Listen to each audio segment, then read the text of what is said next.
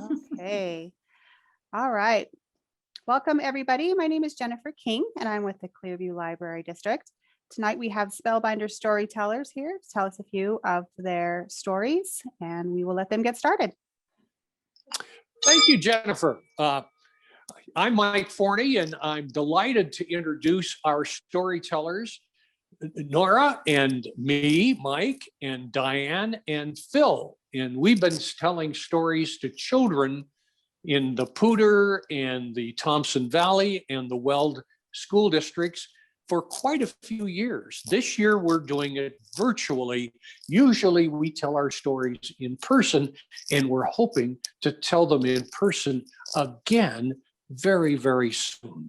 But right now, the person who founded this wonderful Spellbinders organization 18 years ago, Nora Heaton, is with us, and she's going to start us off with her stories. And by the way, we're concentrating on the environment because, you know, April is Arbor Day, and April is also Earth Day. So that's why we're telling environmental stories.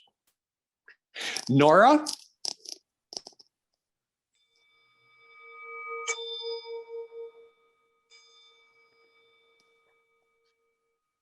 Long, long ago, and far, far away in the country of Thailand, a chief and the king were standing on the balcony, overlooking the town and the street below. Now, the king and his advisor were busy eating rice cakes and honey. And at one time, the king chuckled so hard that a drop of honey fell on the balcony sill. And the advisor said, "Sire, shouldn't I clean that up for you?" And the king looked at it and he said, "Oh, no, no, no. Let the servants do it later. It's not our problem." Well, the sun warmed that drop of honey, and it dripped down the side of the balcony and plopped onto the street below. Well, immediately a fly landed on that honey, and then a lizard came along and slurped up that fly right into his mouth. Well, now the lizard didn't notice that there was a cat sneaking up on him, and the cat pounced on him and made a meal out of him. And as the cat was resting, the owner of the cat came up and wanted to pick up his cat, but a dog came along and attacked that cat right then and there. So the owner of the cat picked up a stick and started hitting the dog. Well, the advisor looked over the edge and said, "Sire, sire, there's a terrible ruckus going on down below. Shouldn't we send someone down to stop it?" And the king looked over and he said, "No, no, that's just not our problem." Well, the owner of the dog came along and he started beating on the cat. Well, now the two men started fighting each other. Now there was a terrible fight. And the advisor looked over again and he said, "Sire, shouldn't we send someone down to stop that fight?" The king looked over the balcony and he said, "No, I said it's just not our problem." Well, people came along and they started to join either with the cat owner or the dog owner. And pretty soon now the people started fighting each other. And the advisor said, "Sire, sire, there's a brawl in the street down there. The people are fighting each other. Shouldn't we send the guards down to stop it?" The king said, "Oh, no, no, it's just not our problem." Well, someone did call the guards. And it didn't take long until someone fired a shot. And before they knew it, it was a full-blown civil war. And the marketplace was burned down, and even the palace. Later, as the king was observing the ruins, he said to his advisor, "I just don't understand how this happened." Well, the advisor very patiently related the sequence of events. And the king said, "I guess it was our problem." And from that time on, the king became a much wiser ruler, and he listened carefully to what others said. And he learned that the smallest act can have the greatest of consequences. Now, I'm wondering if you can think of one event that might have caused great consequences, like this summer. I'm remembering one unattended campfire, and we all suffered for such a long time. So, but let's talk about the reverse of this. Because has there been one idea that started something terrific? And what I'm thinking now is Earth Day. Earth Day, April 22nd, where we can remember the earth and our responsibility to take care of it. Well, I'm wondering if you would like a special riddle. What does Mother Nature think about wind power? Well, Mother Nature is absolutely blown away. So maybe you could try that riddle on somebody. Now, what would happen if animals did not obey the laws of nature? Well, one day I heard this song. Straighten up and fly right, straighten up and fly right. Cool down, Papa, don't you blow your top. And this is the story. So long, long ago and far away in the country of Africa, it was a hot, hot day out in the Serengeti. The animals were all hiding in holes under the bushes to try to get away from the heat of the sun, all except for Monkey. And Monkey was sitting out in the bushes and he was scanning the sky back and forth, back and forth. And all of a sudden he saw it, this black dot coming closer and closer to him until it flew down and he could recognize it. It was Vulture. Now, Vulture had been doing something that piqued Monkey's curiosity. It was unusual and he wanted to see what was going on. So Vulture now, well, Vulture was supposed to by law eat animals that were already dead, but it had been so hot that none of the animals were coming out to die. And so Vulture was desperate. He was on his last run to look for carrion before he starved to death. And as he was flying over, he saw Rabbit poke her head up out of the hole. And he landed right in front of her. He said, "Hey, Rabbit, is it hot down your hole today?" "Yes, it's so hot. I just came out here to see if it was any cooler. Tell me, is it cool up in the sky, Vulture?" "Oh, Rabbit, it is wonderful up there. Hey, why don't I take you for a cool ride up in the sky?" Well, what's the matter? Are you afraid to do that? It's really cool up there." "Oh, okay." And she got on Vulture's back, wrapped her paws around his neck, and up, up, up. They went 200 feet straight up. And when they got up there, Vulture leveled out and flew on the air currents up there. Finally, he looked back and said, "Hey, Rabbit, how you feeling back there?" "Oh, it's so cool. And I love it through my hair, but oh goodness, it's kind of far down to the ground."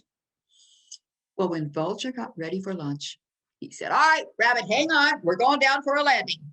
Rabbit hung on and zoomed down 200 feet into a power dive. And just before landing, Vulture turned off to the right and flipped upside down. Rabbit lost her grip and fell and splat. It was not a pretty sight. Road pizza all over the grass. As Vulture ate lunch, Monkey watched. Well, the next day, same thing, hot, hot, hot. And Monkey was out there in the bushes looking and looking. And finally he saw that dot coming closer. Yes, it was Vulture. And this time Vulture landed on a tree branch. He saw Squirrel. And he said, "Hey, how you doing, Squirrel?" Squirrel said, "Well, I came out here to see if there was a rain cloud around. Oh, but I don't see any. Is it hot up in the sky?" "Oh, no, Squirrel, it's so cool. As a matter of fact, it's so cold. I came down here to thaw out. I tell you, do you want a cool ride up in the sky? Why don't you just hop on my back?" Well, Squirrel knew that Vulture was not to be trusted, but Squirrel also knew that the taller you go up higher, go in the tree, that the cooler it is. So without hesitation, Squirrel hopped on Vulture's back, wrapped his paws around his neck, and up, up, up, up they went 200 feet. Vulture leveled out on the air currents, flew around and around. "Hey, Squirrel, how you like it back there?" "Ooh, I like it fine." "Oh, it feels good. Kind of far down to the ground, though." But when Vulture got hungry for lunch, he said, well, hang on, Squirrel, we're going down for a landing. And he went into his power dive, 200 feet straight down. And just before he reached the ground, he banked off to the right and flipped upside down. Squirrel lost his grip and splat. Oh, it was not a pretty sight. Squirrel was spread out flatter than a fritter all over. As Vulture ate Squirrel for lunch, Monkey watched. Well, the next day, still hot. And as Vulture flew over, Monkey sort of wandered out and looked really pitiful. And sure enough, Vulture landed right in front of Monkey. He said, hey, Monkey, how you doing today? Oh, it's hot, really hot. Is it hot up in the sky? Oh, no, it's so cool. Hey, would you like a ride up to the sky? A cool one. Oh, you take me for a ride? What, for free? Oh, sure, Monkey, I'd do that for you. Just hop on. So Monkey hopped on, his paws around his neck, and up, up, up, up they went. Got those air currents up there 200 feet. And when Vulture got ready for lunch, he said, all right, Monkey, hang on. We're going down for a landing. And he went into his power dive, 200 feet straight down. But before Vulture could bank off, Monkey took his tail and whack, whack, whack, wrapped it around his neck and pulled back. Vulture's eyes bulged out, but he tried to dive again. So Monkey pulled back harder.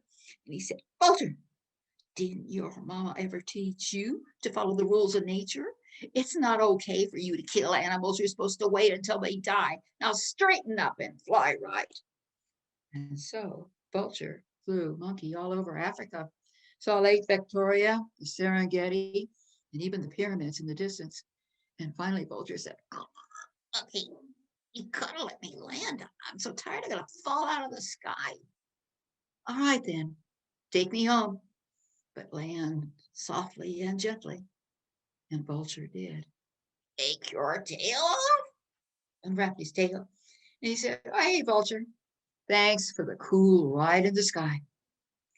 Well, do you know from that time on, Vulture has always abided by the laws of nature, and never once has he killed an animal. He has waited for them to die. So Vulture did learn to straighten up and fly right. Straighten up and fly right. Cool down, Papa, don't you blow your top. That's the end of that story. Now, to finish my part, I have one environmental joke for you. If you lived in an igloo, what is the worst result of global warming? Well, if you lived in an igloo, it would be no privacy. Oh, turn it over. Thanks.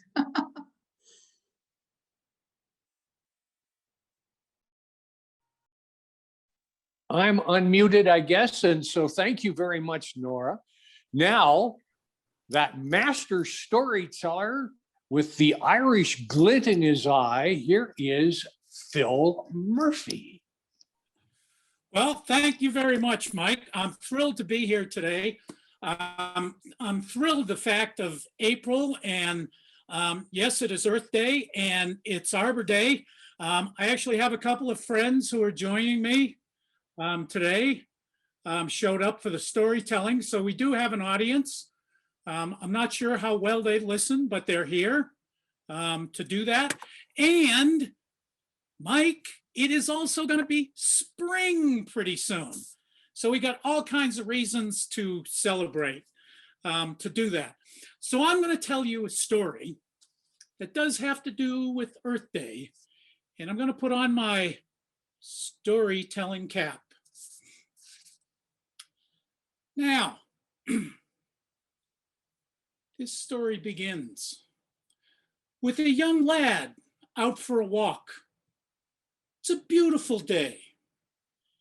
And he's out walking among the hills and in the trees. And it's just one of those gorgeous days where you just get the smell and the aroma of the outdoors in your nose. And you take a deep breath and it's a magical time and the temperature is just perfect, and you can't think of a better time to be out walking along, listening to the birds, listening to the wind as it blows through the branches. And as this young lad is walking along, he hears something and he stops, concentrates. But then he doesn't hear anything more. So he begins his walk again. But pretty soon, louder, he hears, "Help me, help me." And he looks around. He listens intently. "Help me, set me free."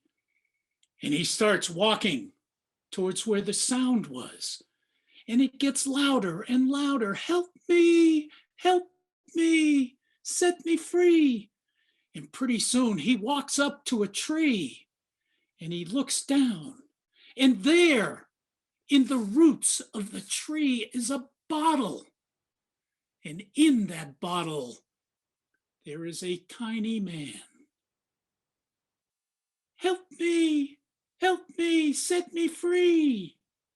Well, the young lad is a kind boy, and he's concerned.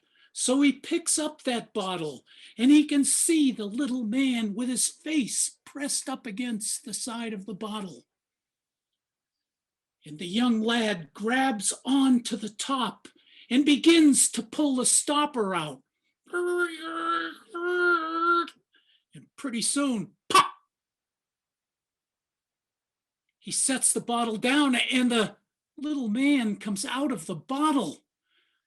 And the little man stands and he stretches and he begins to grow taller. He grows as tall as the young lad, but he continues to grow. And pretty soon he grows to the height of the young lad's father, but he continues to grow. And pretty soon he is as tall as a tree.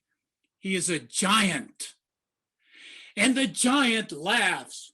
"Oh, oh, oh." And then he looks down at the boy and says, "Oh, boy, thank you for setting me free. I am going to take you home and eat you." And the boy looks up, astounded, and says, "That's not fair."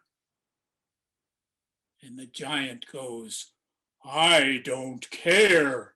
I'm going to take you home and eat you." "You can't take me home. I did something nice for you. Why are you treating me with evil?" "Oh, boy, don't you know? People always respond with evil after kindness." "No, they don't. I don't believe you." "It's true, boy. People always respond with evil after kindness." "Well, that you say, but maybe we should ask somebody else." "Okay, let's go ask the wind. Why, the wind is everywhere, and the wind will know." And off the boy and the giant walk, heading up to the very top of the valley. And they stop. The boy calls out, "Wind, wind, help us decide. Why, I freed this giant, and he wants to take me home to eat me, and that's not fair." "Wind, wind, tell the boy that people always respond with evil to acts of kindness." The wind stops for a minute and says, "Why, I provide all kind of things for the people. I bring in cool, fresh air. I blow the rain clouds away. Why, I give sailboats power to move. But, people put smoke in the air. They clog me. And they complain whether I'm blowing too hard or too soft. Giant, you may be right. The giant smirks a little bit. But the wind goes on. But I cannot decide. Maybe you should talk to my friend, the river, for she flows back by the homes of people, and it would be better for her to decide.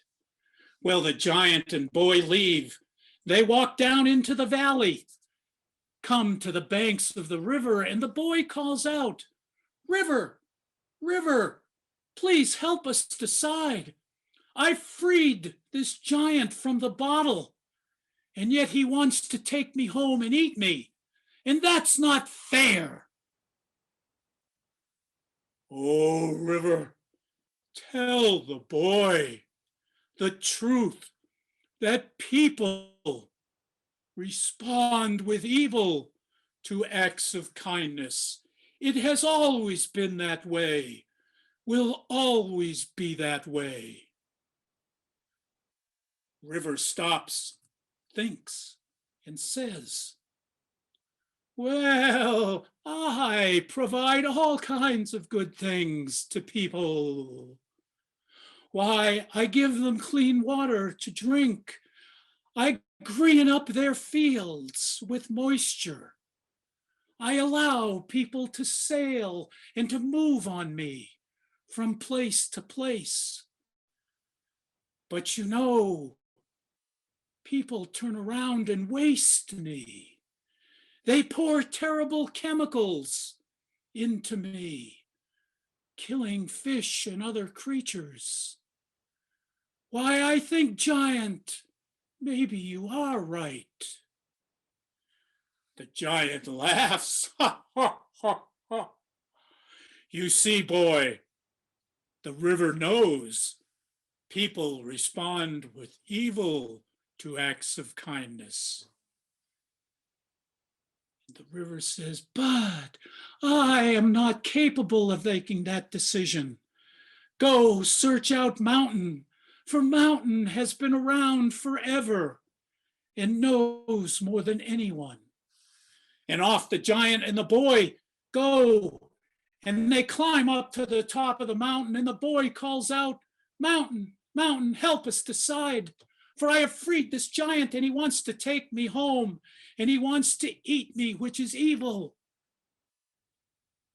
The giant stops. "Well, Mountain, tell the boy I'm right, that people always respond with evil to acts of kindness." The mountain looks at them both and says, "Well, people a view that they enjoy, and it makes them smile and enjoy the outdoors. I have magnificent forests where people can walk and animals that I provide. But people come in and then they throw their trash around. They dig things out of me and leave horrible scars. They pollute. And maybe, giant, you are right." The giant looks and he says, "I know I am right, for people respond with evil to acts of kindness." And Mountain responds, "But wait, I must know everything that happened before I can tell you what is right and what is wrong. So let's go back, giant and boy, to where you were released from the bottle." And the boy and the giant walk back into the forest and they find the bottle. And Mountain says, Giant, put yourself back in the bottle the way the boy found you. And the giant makes himself small and he gets back in the bottle. And Mountain says, Boy, put the stopper back in the bottle. And the boy picks up the stopper and he puts it back on top. And Mountain says, Now, boy, put the bottle back where you found it. And the boy bends over and replaces the bottle and realizes that Mountain has saved him, saved his life. And the boy turns to go home and stops in his tracks and says, Wait, that's not fair. And he turns and he goes back as fast as he can to the wind at the head of the valley and says, Wind, thank you for all you give us. And he runs down to the shore of the river and he says, River, thank you for all you give us. And he goes back up to the top of the mountain and says, Mountain, thank you for everything that you provide.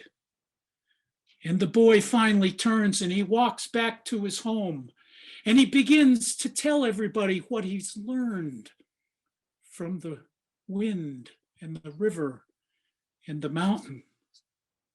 And the question is, some people listen, but do they all?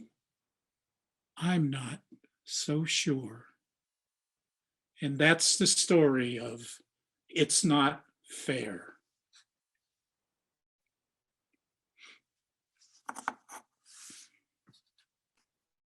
Oh, that's wonderful, Phil. Thank you so much. It's a great story and a great story for Arbor Day.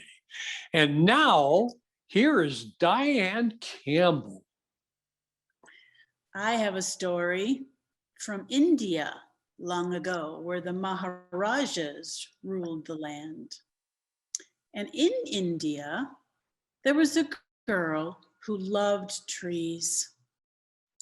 She lived in a poor village, so poor that the homes were made of baked mud bricks. They lived in the desert, the hot, hot desert. But luckily, there was a very small forest their village had been built next to, an oasis.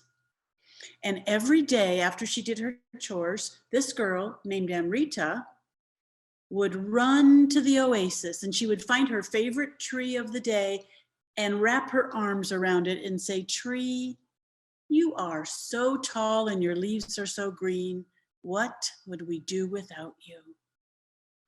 Because Amrita was smart. She knew that the trees did so much for her and for her village. She knew that the trees gave them shade through those hot days.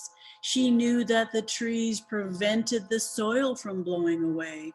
And she knew that the trees protected her in a sandstorm. You don't know what a sandstorm is? Ooh, in the desert, they're dangerous. The sky turns black and lightning flashes and the wind comes up. And at first, it's not so bad, but it keeps blowing and blowing and blowing. It blows the sand against your skin and in your eyes and in your food. But fortunately for those villagers, the trees stood between the sandstorm and them most of the time. Well, Amrita grew up, and as she grew up, her love of the trees grew even more. And she had children, and she brought them to the oasis, and she would teach them to take care of the trees. She would say, it's like they're your brothers and sisters. They will take care of you, and you will take care of them. Now, in those days, you couldn't just turn the faucet on and get water. You had to take clay pots and go to the well in the middle of the village. And then Amrita would get the water in her clay pot and put it on her head and walk back home with it. And on one of these days when she was doing that, a troop of men with axes came riding into the village. And the leader jumped off his horse and said, There are the trees, the oasis, cut them all down. The Maharaja needs more wood to build his palace larger. Amrita was horrified and she said, no, no, you can't do that. But they ignored her. So she ran to her favorite tree and she wrapped her arms around the tree to protect the tree. And the men with axes didn't know what to do. They didn't want to try to cut the tree with her there. And among all the fuss, her children heard and they came and they each hugged a tree. And their friends came and they hugged a tree. And before you know it, most of the village was there, hugging a tree. The leader of those men was not happy. And he jumped back on his horse and said, the Maharaja will hear about this. And off they went across the hot desert. He was right. The very next day, the Maharaja himself, the ruler of that land, came on his fastest horse with his sword in the air, slicing things. His soldiers were behind him. Some came on horses, some came on camels, and one came on an elephant. And they came to that village and they looked at the oasis, and the Maharaja said, I must have these trees. I want my palace to be even more grand. Amrita was worried. She knew she could get in trouble. She wasn't sure what to do, but she wrapped her arms around the tree again. And people in the village joined her, and she was right. The Maharaja was angry. But she spoke up and said, Maharaja, we need these trees. They give us shade in the heat. They protect our soil from blowing away. They keep water for us. And they protect us from sandstorms. No, the Maharaja didn't care about sandstorms. He was in his palace most of the time. He didn't know what it was like out there. So he raised his sword again. And just like that, the sky grew black. And lightning started to flash. And the wind started a bit. And then more and more, and before you know it, sand was blowing in every direction, in people's eyes, in their mouth. Amrita and her children and all the villagers knew what to do. They each hid behind a tree. The Maharaja looked around and he ran behind a tree, and so did all his soldiers. And the wind kept blowing. It was fierce, but it would have been much worse out in the desert with no trees. And when the wind finally calmed down, the Maharaja came out from behind his tree and looked around at what had happened. And then he looked at Amrita and said, you are brave, courageous, and wise. Thank you for telling me about what the trees do. Now I know, and I'm going to make a new law. And Amrita was not sure. But he said, we will not cut down the trees. The trees shall be left to stand. That's the best for all. And he jumped on his horse and rode off with his soldiers following him. The villagers rejoiced. They were so happy. They decided to have a party. There'd be fireworks and dancing, and they all went back into the village to get ready, except for Amrita. She found her favorite tree, wrapped her arms around its trunk and hugged it and said, tree, you are so tall and your leaves are so green. What would we do without you? So maybe you can think, how would you protect a tree? Is there a tree you like more than others? Think about it next time you go outside. Oh, Diane, I am going to go out right this minute and hug my tree. Well, I have a story to tell about the story of saving the salmon, but I know my friend Nora has a quick story she wants to share with us first. So Nora, are you there? Oh yeah, I'm here. I'm trying to be here. Okay, yeah, I'm back. So, well, I wonder if there are laws in nature, because long ago in a remote village in Zaire, Africa, there was a chief that was very cruel. And as a matter of fact, he was a tyrant, and he would kill any of his village members if they did not agree with him or do what he said. So everyone lived in fear of him except for one elderly grandmother. And she was wise, and she was the only one who could talk to this tyrant and tell him what was true. Well, this village was located next to a swamp, and of course there were many, many frogs and other insects. Well, the villagers grew very used to being lulled to sleep every night with the croaking of the frogs. But one night, the chief had a dream, a bad dream, and he woke up and he couldn't go back to sleep. The frogs just irritated the sound so much. And so he got up and he hollered at those frogs. He said, "All right, you frogs, you stop croaking right this very minute. I can't sleep and I want you to stop." Well, you know what happened? All right. They kept on croaking, and it kept the king awake all night, the chief. And in the morning, he vowed to take his revenge on those frogs. So he called all the villagers together. He said, "All right, I could not sleep last night, and I ordered those frogs to stop croaking, and they wouldn't do it. So I'm going to take my revenge on them, and you all are going to take your sticks, and you're going to go out in the swamp, and you're going to kill every frog. Now, if I hear one croak tonight, I'll take my revenge out on you." Well, people feared for their lives. So they took their sticks out into the swamp and they killed the frogs. And that night it was quiet. So quiet that no one could sleep. But the chief went to sleep and he slept very, very well. And he knew that he had made the right decision. Now, in this process, he had told the old grandmother that she didn't have to go out and kill frogs because she was too old and slow. And she said, "Well, because you have forced the people to do this, I'll tell you the truth. All things are connected." "Well, what do you mean, old woman?" "Oh, you will find out." Well, 3 days later, bzz, bzz, bzz, there was a different sound. And thousands of mosquitoes descended upon that village and in the swamp. And the people were getting bites all over. And that night, the chief was slapping himself. And he said, "I order you mosquitoes to stop stinging me. Quit biting me, or I'll take my revenge out on you." Bzz, bzz, bzz. They bit more of him. So in the morning, he got up and he ordered the villagers to all come together. And he said, "Now, you go out into that swamp and you kill every single mosquito, or it'll be, I'll take my revenge out on you too." Well, the people, they knew they couldn't kill all the mosquitoes. So that very night, they packed up everything, all their animals, and they moved far away from that swamp.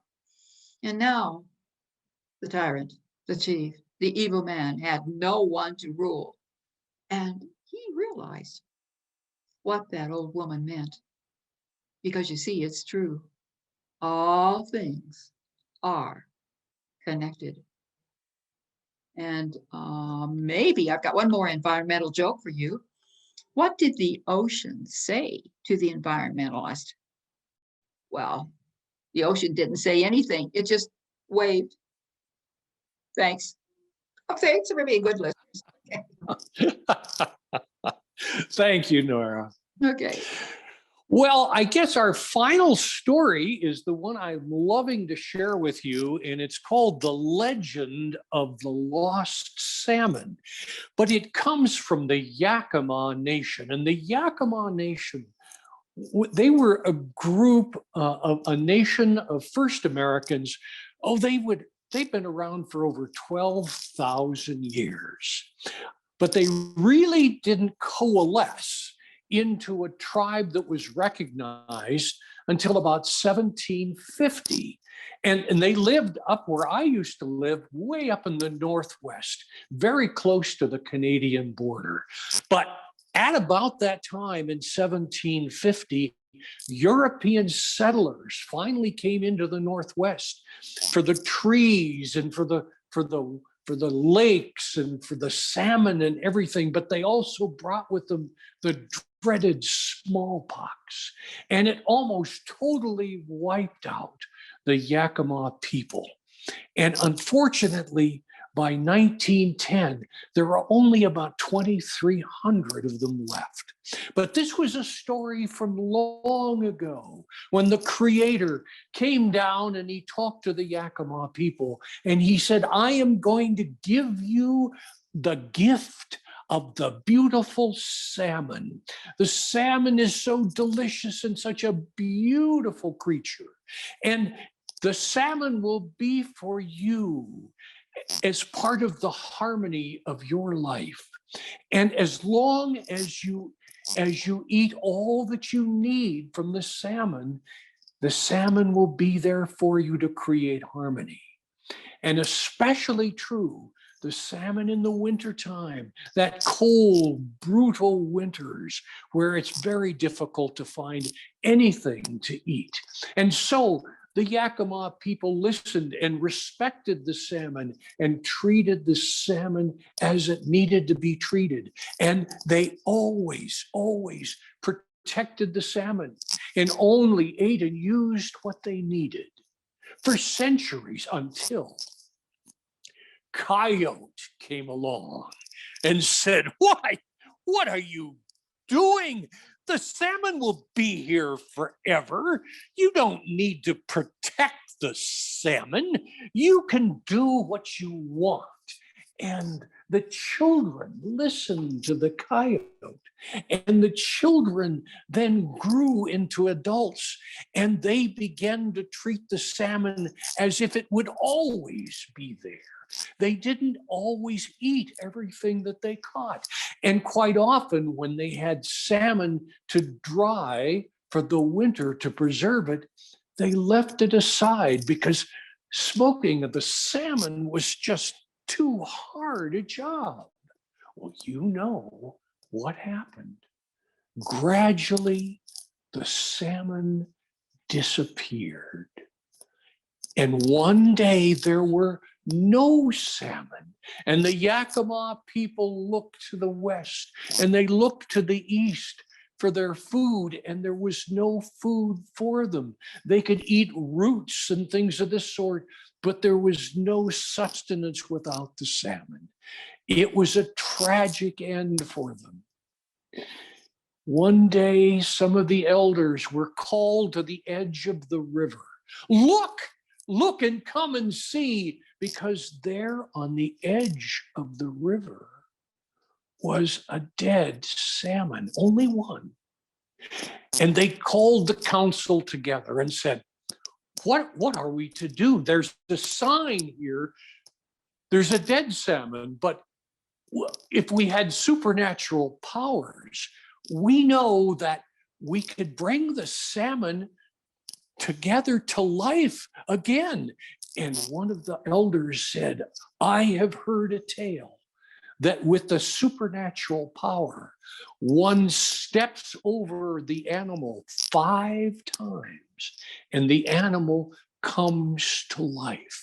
Oh, and the elder said, we must try that. And so the first elder, the senior, walked over and stepped over the salmon once, and stepped over the salmon twice, and the third time, and the fourth time, and everybody held their breath. And the elder stepped over the salmon for the 5th time. And nothing happened. Well, the next elder tried, and the next after that, and they didn't have the supernatural powers. Now, what do we do?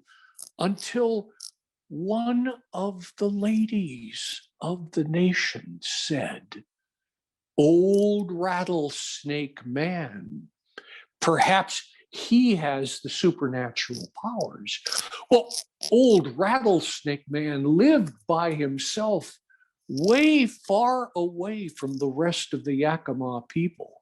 It was probably a good day's journey, but they sent one of the young braves immediately to reach him. But it took a long time. In the meantime, Coyote is wandering around looking very, very smug. and said, I have supernatural powers. Oh, really? Oh, yes, I do. And Coyote went to the dead salmon and took a step over the salmon. One, turned back, stepped over the salmon. Two, turned. Three, turned. Four, and then paused. Everybody held their breath. Did the coyote have supernatural powers? The coyote looked to the left, looked to the right, stepped over the salmon, and with the heel of his foot, nudged the tail. Look, look, the salmon moved. The salmon is alive. Ah, ha, ha, I have supernatural powers. But the Yakima people were not to be fooled again by Coyote. And they said to Coyote, no, no, you have tricked us once, but you will not trick us again. Well, by that time, it had taken a while, and gradually old Mr. Rattlesnake Man appeared next to the river. And he said to the people around, I have no powers, but you're a sage and you have been with us, and you had remembered the Creator's words that we must respect and care for salmon. And old Rattlesnake Man said, yes, yes, I know that I have said that. And I will try.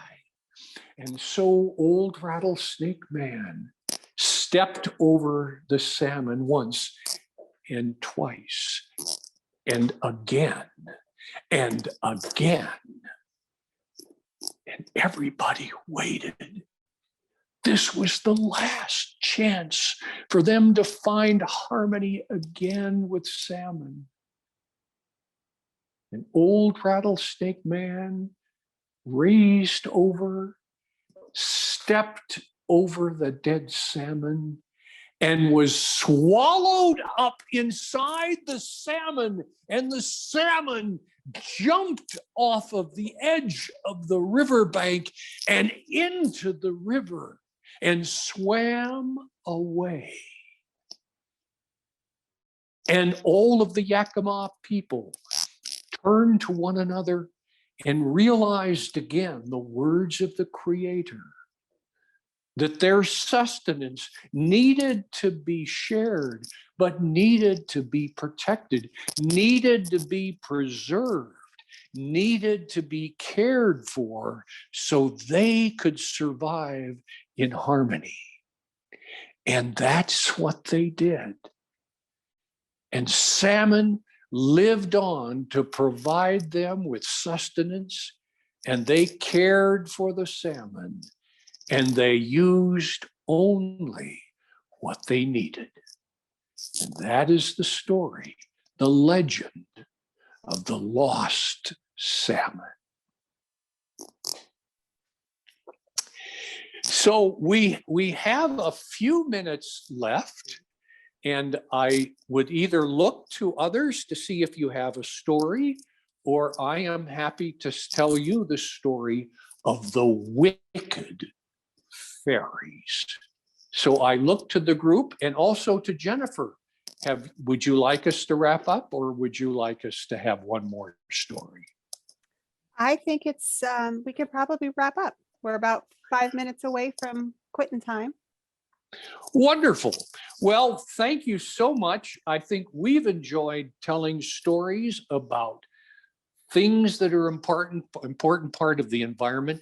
And as we tell our stories to children, actually children in about 375 or 380 classes in 56 schools, when we were able to visit the schools before the COVID-19, we are continuing now to do that. We enjoy it, but we're doing it virtually until we can get back into the schools again. And in the meantime, if others are interested in joining us as storytellers, we have discovered something through a survey called Aging Healthy. Many of us who are storytellers are in our 60s and 70s and even our 80s. And telling stories, remembering them, and working with children is a wonderful way for us to remain healthy as we age. And so if others would like to join us, we would love to have you come, and we will teach you how to be a storyteller. Thank you, Mike. This was wonderful. I enjoyed all of your stories. All right. Well, thank you for joining us. Happy Earth Day, everybody. Thank you. Thank you. Thank you.